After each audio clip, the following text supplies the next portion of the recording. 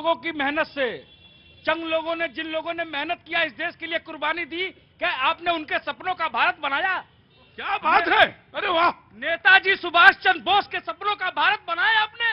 सरदार भगत सिंह के सपनों का भारत बनाया आपने? नहीं बनाया।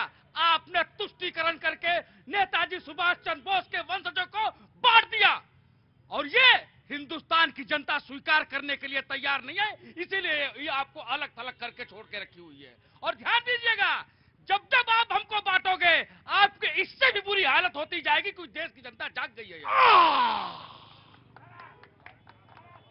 ये ऑटो वाले भैया हैं, ये इनकी तरफ से जवाब आया। नमस्ते, कहाँ से आना हुआ आपका? सरिता बिहार से। सरिता बिहार से, आराम से खड़ी रहिए।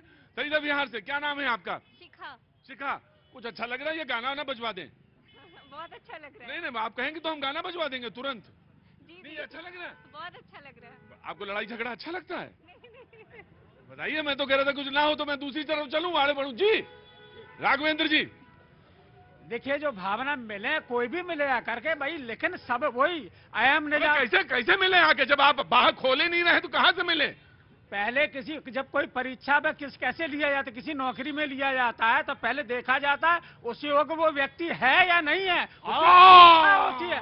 अयम निजा परोवेति गणना लघु चेत साम उदार चरता नाम तू वसुधैव कुटुंबकम। पहले ये भावना हो, ये अपना, ये पराया, कटेंगे तो बटेंगे। ये क्या कर रहे हो भाई?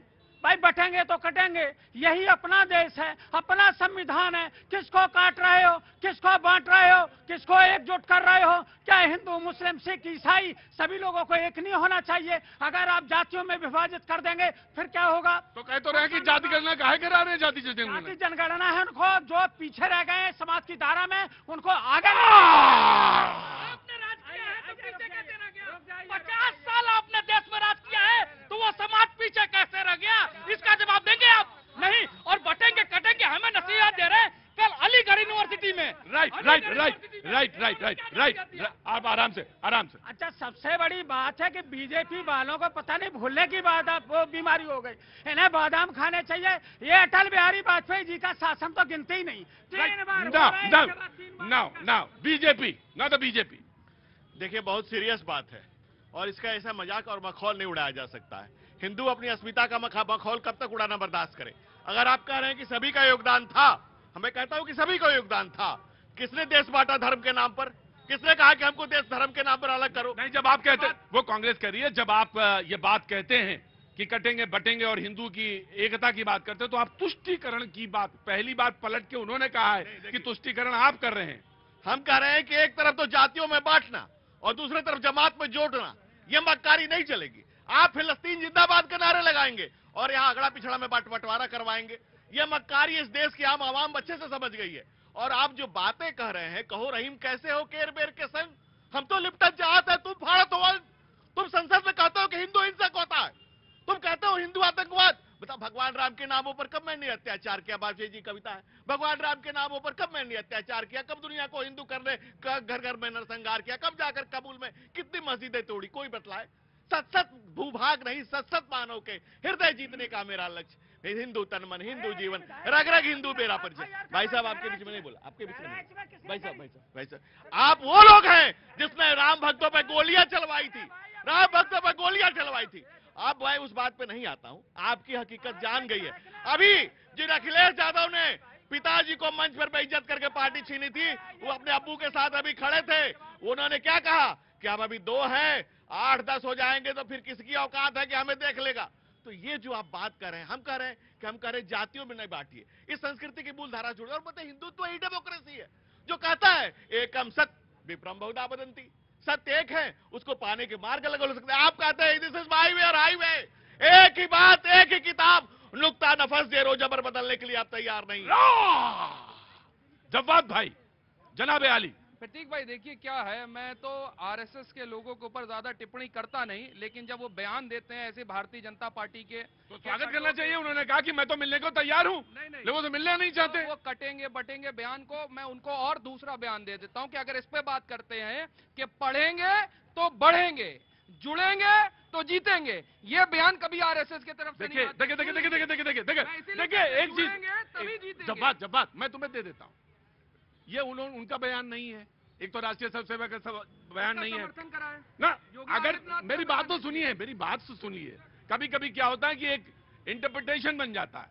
ये पत्रकार ने सवाल पूछा तो जवाब है जी, उन्होंने अपनी तरफ से तो नहीं बोला प्रतीक जी। भाई आपको बता दूं, बड़े बड़े होल्डिंग जो हैं वो महाराष्ट्र चुनाव के अंदर लग गए हैं और उसपे योगी जी का फोटो लगा करके जो है उसको प्रचार और पॉलिटिकल पार्टी है, वो तो पॉलिटिकल पार्टी, वो तो लड़ेगी उसमें। अच्छा तो आप जवाब दीजिए उसको। सुनिए, तो आरएसएस और भारतीय जनता पार्टी एक ही सिक्के के दो पहलू हैं। गंगाधर ही शक्तिमान है और शक्तिमान ही गंगाधर है।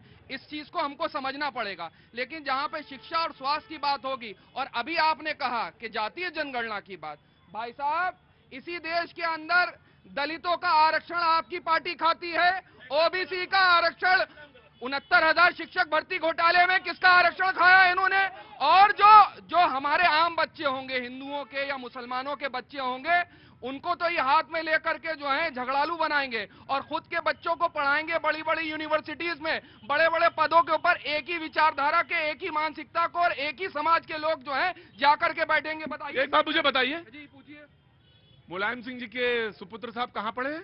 अच्छा, बहुत अच्छी बात है, ये तो आपने सवाल ही बहुत शानदार करा। नहीं, मैंने आपसे पूछ लिया, बताइए। अब इसी चीज को मैं और आगे ले लेता हूँ। मुलायम सिंह के बच्चे कहाँ पढ़े हुए हैं, उसके बाद जो है लालू प्रसाद यादव के कहाँ पढ़े हुए हैं। रुक जाइए, चुनाव के अंदर ये जो मुद्दा उठा, मजाक ना बनाइए, गरीबी का मजाक ना बनाइए। हाँ जी, प्रतीक जी, मैं खड़ा हुआ एक एक आदमी से पूछता हूं कि बटेंगे तो कटेंगे, जड़ों से कटेंगे, हिंदुस्तान से कटेंगे, अपनी संस्कृति से कटेंगे। अगर बटेंगे तो कटेंगे। तो ये अगर कम्युनल बयान है तो सर गुस्ताख रसूल की एक ही सजा, सर तन से जुदा। क्या ये संगीत है? क्या सेकुलरिज्म का संगीत है? बिल्कुल गलत है। और जो ऐसे बयानबाजी करते हैं उनका कोई समर्थन नहीं करता है।